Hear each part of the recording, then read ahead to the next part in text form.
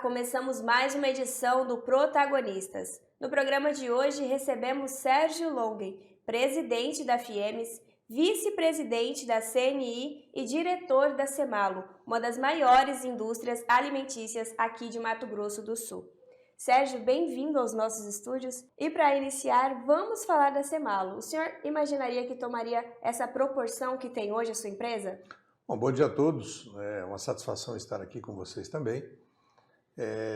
Há 31 anos atrás, quando constituí a empresa Semalo, nós tínhamos um projeto de construirmos uma empresa de snacks que pudesse regionalmente atender as demandas. E com o passar dos tempos, a Semalo ganhou uma proporção interessante. Temos hoje uma unidade fabril também no Nordeste e também uma unidade em Assunção, no Paraguai. A empresa foi expandindo e o mercado foi nos dando condições e dessa forma a Semalo hoje figura entre as 4 maiores empresas de snacks do Brasil. Então é um desafio muito grande, mas de certa forma é uma vitória. É claro que praticamente é a meia vida, mas é uma vitória empresarial do segmento. Agora falando da Fiemmes, ela tem atuado fortemente para qualificar mão de obra aqui no estado. Isso é um sinal de que os governos não fazem? Olha, o desafio da Fiemmes é, em primeiro lugar, receber as empresas, atender as demandas. E nos dias de hoje, as maiores demandas são relacionadas à mão de obra.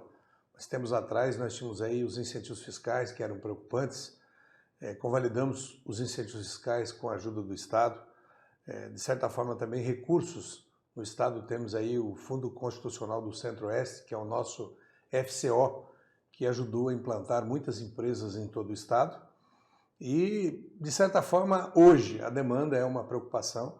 A gente tem procurado aí com os parceiros, inclusive o governo do Estado, atendermos as demandas das empresas. Regionalmente isso vem se consolidando, até porque a indústria vem se expandindo de uma forma bastante interessante no Estado, bem diversificada. E aí o sistema indústria, através do SESI e do SENAI, tem feito a diferença em apoio às empresas. Então, esse é o nosso compromisso com a industrialização do Estado. Longen, a carga tributária é vista como uma âncora por qualquer empresário.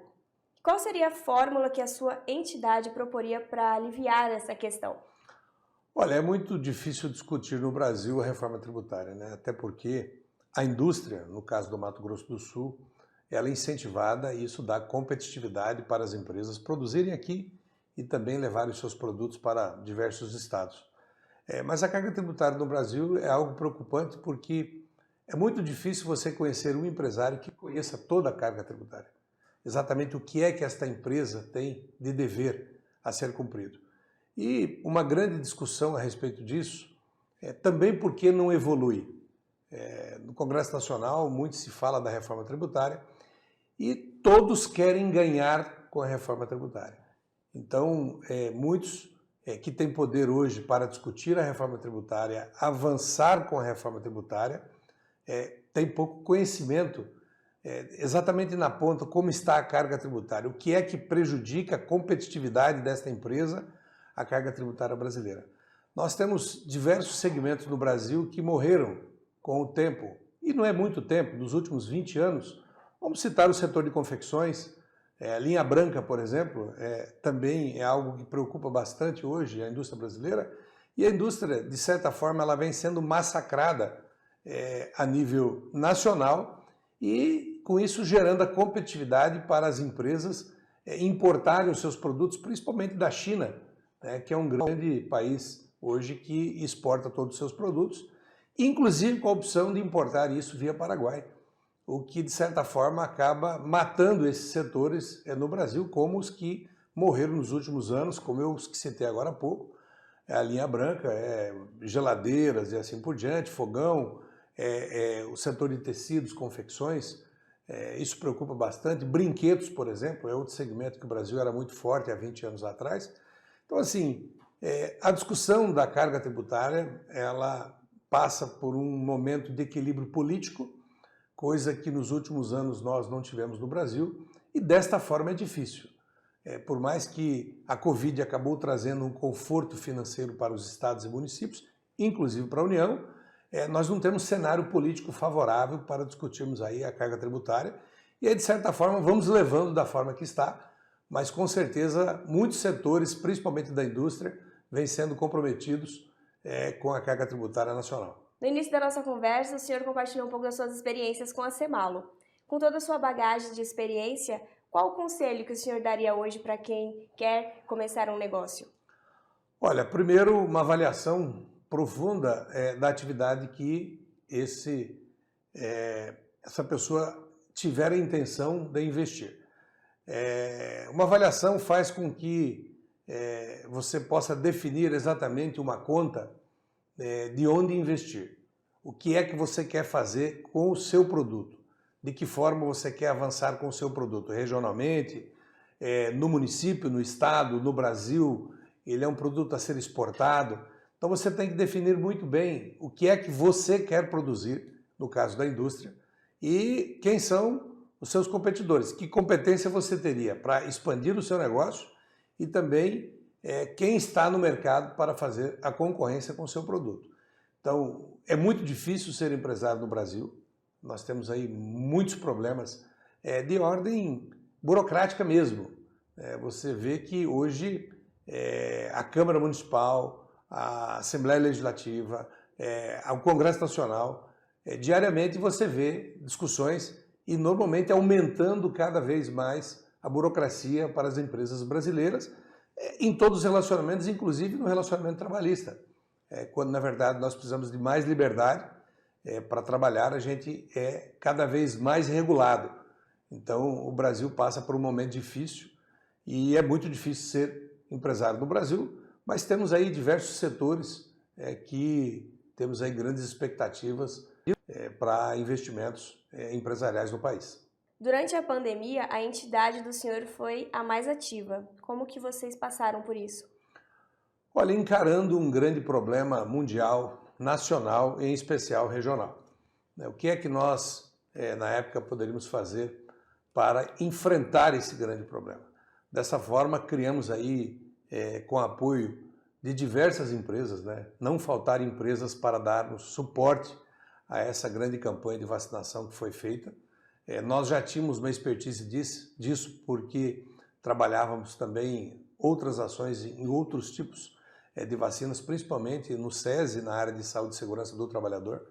E desta forma conseguimos ganhar corpo, tivemos aí diversos municípios parceiros e muitas empresas. Desta forma conseguimos avançar no Mato Grosso do Sul, trazendo com muita rapidez as ações necessárias ao combate, assim, ao Covid, que inclusive continua deixando aí problemas, mas eu entendo que foi um enfrentamento à altura daquilo que precisávamos fazer na época e continuamos, inclusive, hoje em dia, a dar suporte a alguns municípios e também a muitas empresas que têm demandado ações necessárias na área de saúde e segurança do trabalho para mantermos aí esse clima de tranquilidade no nosso estado.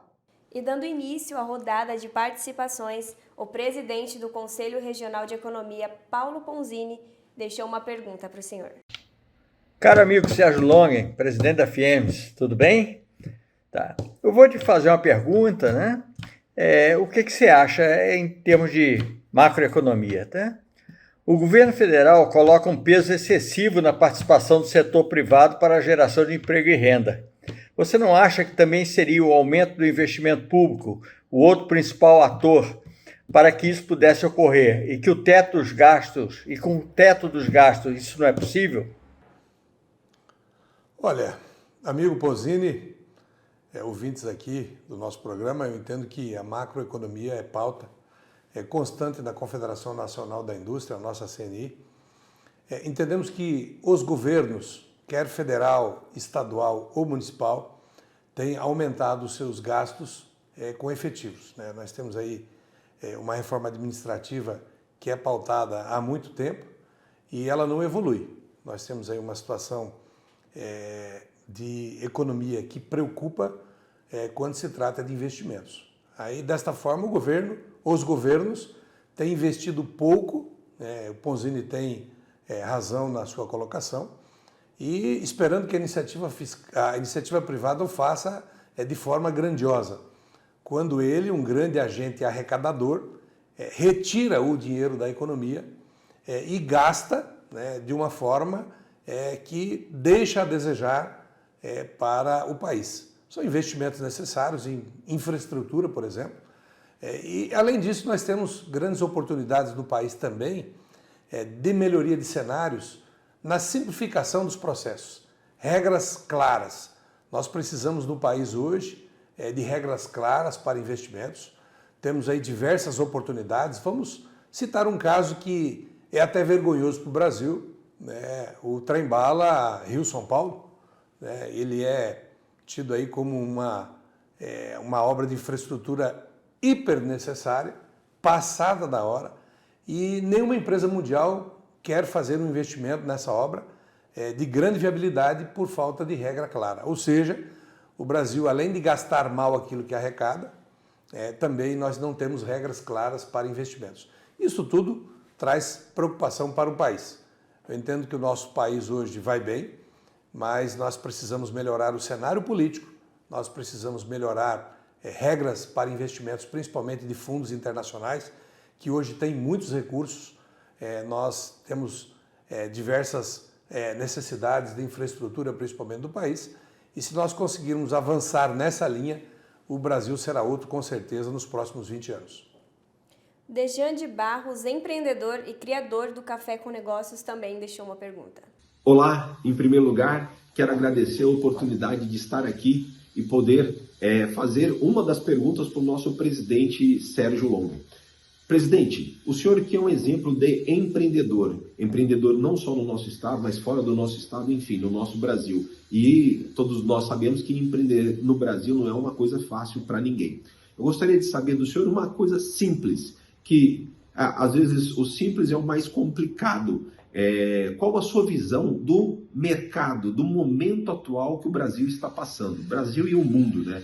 O senhor com a sua visão empreendedora, como o senhor enxerga o curto, médio e longo prazo para o empreendedorismo no nosso Brasil? Muito boa a sua pergunta. Eu sou um otimista, estou muito otimista, inclusive, porque temos diversas oportunidades no Brasil e no mundo. O que precisamos é exatamente avaliar essas oportunidades. Vejam que, por exemplo, o setor supermercadista expande de maneira até que assustadora no país. Inúmeras obras estão em construção no país inteiro. O que aconteceu com esse setor? Ele se modernizou, né? Ele vem, de certa forma, trazendo novas oportunidades com novos produtos e facilidades de negociação e preços mais atrativos. Então, nós precisamos exatamente definir as oportunidades que temos no Brasil e no mundo, definir exatamente o que é que o nosso negócio pode avançar nessas oportunidades, ao invés de sentarmos aí nos calcanhares e ficarmos muitas vezes imaginando ou chorando ou choramingando. As oportunidades existem, o Brasil passa por um momento muito bom. Mato Grosso do Sul, de uma maneira muito especial, passa por um momento muito bom. A indústria, por exemplo, no Mato Grosso do Sul é algo que vem avançando de uma maneira assim muito animadora, né? Ela chega aos 4 cantos, ela vem gerando riquezas, né? E, de certa forma, ela vem se estruturando como uma grande atividade econômica. Recentemente, nós divulgamos na FIEMES que Mato Grosso do Sul, a segunda atividade econômica passou a ser a indústria. Ou seja, é disso que nós precisamos, é desse otimismo, desse avanço de oportunidades, das grandes discussões de grandes players que estão se formando a nível mundial, em especial também no nosso Mato Grosso do Sul, para avançarmos no desenvolvimento. Quando você fala de desenvolvimento e oportunidades, você acaba proporcionando à sociedade todas essas ações. Quando você constrói uma grande empresa, por exemplo, em um município, ele gera riquezas de diversas formas. Na valorização imobiliária, né? Na oportunidade de desempregos, na qualificação profissional, você acaba melhorando a qualidade de vida das empresas com melhores salários. Esses trabalhadores normalmente acabam que melhoram também a sua qualidade de vida com obras de melhorias de vida. Enfim, esse é o Mato Grosso do Sul que nós estamos ajudando a construir, esse é o Brasil que todos estão também ajudando e sonhando que um dia nós possamos avançar desta forma. E eu entendo que nós vivemos um bom momento econômico no Brasil. O que precisamos realmente é de grandes debates e avaliarmos as oportunidades. Mas, sem sombra de dúvida, o Brasil vai bem e o nosso Mato Grosso do Sul vai ótimo. Agora é a vez do jornalista Danilo Costa, editor do portal JD1 Notícias. Presidente Sérgio Longen, bom dia. Mato Grosso do Sul vive um ambiente de negócios bastante positivo. Isso tem propiciado a atração de investimentos, de grandes indústrias, algo que até então a gente tinha dificuldade em finalizar. Como que o setor empresarial está construindo, junto aos postulantes ao governo, as garantias de que essas regras serão mantidas, que não haverão quebras de acordos e que os grupos empresariais que para cá estão vindo poderão ter a tranquilidade para continuar investindo aqui, qualquer que seja o próximo governador? Amigo Danilo, entendemos que a consolidação da indústria no Estado é algo que vem acontecendo em razão de ações que foram construídas recentemente com a convalidação dos incentivos fiscais. Então, hoje, o empresário industrial tem os incentivos fiscais convalidados no CONFAS até 2032, 31 de dezembro de 2032. Isso é uma garantia que já é ofertada a esse empresário.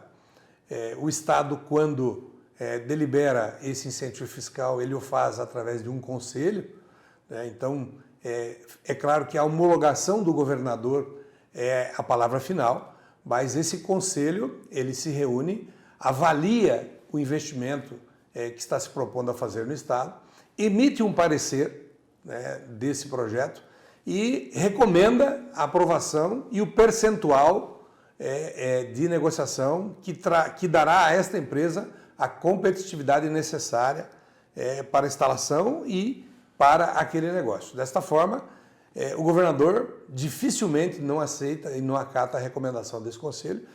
Na grande maioria dos projetos ele acata. Isso traz uma tranquilidade. Nesse molde desenhado, lei aprovada na Assembleia, convalidação dos incentivos fiscais feitas pelo Congresso Nacional e pelo CONFAS, garante aí a condição para esse empresário investir. Fora isso, nós temos recursos, né, do FCO, que na média a indústria ele é um grande suporte e na grande maioria os municípios também são envolvidos nesses grandes projetos. Então, a discussão com os governos, ela é importante. É claro que um governador comprometido com a industrialização do Estado é muito importante. Um governador que consegue avaliar, por exemplo, os gastos com infraestrutura, também é um governador comprometido com o desenvolvimento do Estado. Então, são cenários que, neste momento, nós temos a oportunidade de avaliar. Mas, sem sombra de dúvida, hoje nós damos a garantia necessária ao empreendedor para que invista no Mato Grosso do Sul. E isso tem feito a diferença. Isso é uma atividade que ela se consolida em razão da estrutura que foi montada. Nós não vivemos mais aquela condição simples de que ficamos à deriva da vontade política de um próximo governador ou do atual de mudar a regra. Então, a regra hoje é direito de quem empreender no Mato Grosso do Sul. E isso traz a tranquilidade e isso tem feito a diferença no nosso estado. A próxima pergunta é do titular da cadeira de Economia da UFMS, Ido Michels. Olá, presidente Sérgio Longen, satisfação de falar. Gostaria de lhe questionar, nesta oportunidade, de que forma, no seu entendimento, nós vamos conseguir sair dessa profunda crise econômica, em termos de inflacionários e taxa de juros, todos os dois em elevação, bem como numa profunda crise institucional. Ido, sua pergunta é muito boa, mas é uma pergunta bem abrangente, né? Nós passamos por um momento político delicado, onde os poderes permanentemente se alfinetam de uma forma ou de outra, acabam que com o passar do tempo eles meio que se arranjam, mas traz a preocupação para a sociedade. Olha, a nossa economia ela não vai mal, né? No meu entendimento, a nossa economia vai bem, né? Eu entendo que é possível um ajuste dessas atividades que não estão bem. veja que o agronegócio ele tem proporcionado grandes ações estruturantes no Brasil. E, de certa forma, a nossa inflação é uma inflação mundial, é uma inflação que preocupa, né? A nível mundial, principalmente com a valorização das commodities. Nós tivemos aí os países praticamente parados cerca de 1 ano e meio, isso trouxe uma preocupação. Hoje a indústria é prejudicada em diversos segmentos, inclusive pela essa parada. Então falta componentes, faltam matérias-primas, e isso tem feito a dificuldade em todo o mundo. Eu entendo que hoje os juros nos patamares que estão, eles prejudicam os investimentos, e a intenção é exatamente essa. Quando você avalia economicamente, como é que nós vamos combater a inflação? Esse é um remédio usado no mundo inteiro e que nós não podemos fugir. Eu entendo que a única maneira de combatermos a inflação é exatamente utilizarmos juros altos. Eu entendo que nós estamos no topo dos juros altos. Eu entendo que também nos próximos meses a tendência é que esses juros se estabilizem, e eu acredito que até que no próximo ano a gente já consiga uma redução significativa dos juros e aí permitindo a retomada dos investimentos. Mas nesse momento, inclusive, é difícil para mim, na minha própria empresa, eu estou limitando os investimentos por falta de recursos e não quero tomar recursos nos juros, nos patamares que estão. Mas eu entendo que nesse momento a melhor forma de combatermos a inflação para que ela não ganhe proporções amanhã em condições de não contermos mais essa inflação, como nós tivemos no passado, é utilizarmos a ferramenta única mundial, que são os juros altos. Então, de certa forma, é essa a nossa preocupação, mas é a necessidade de hoje no mercado econômico.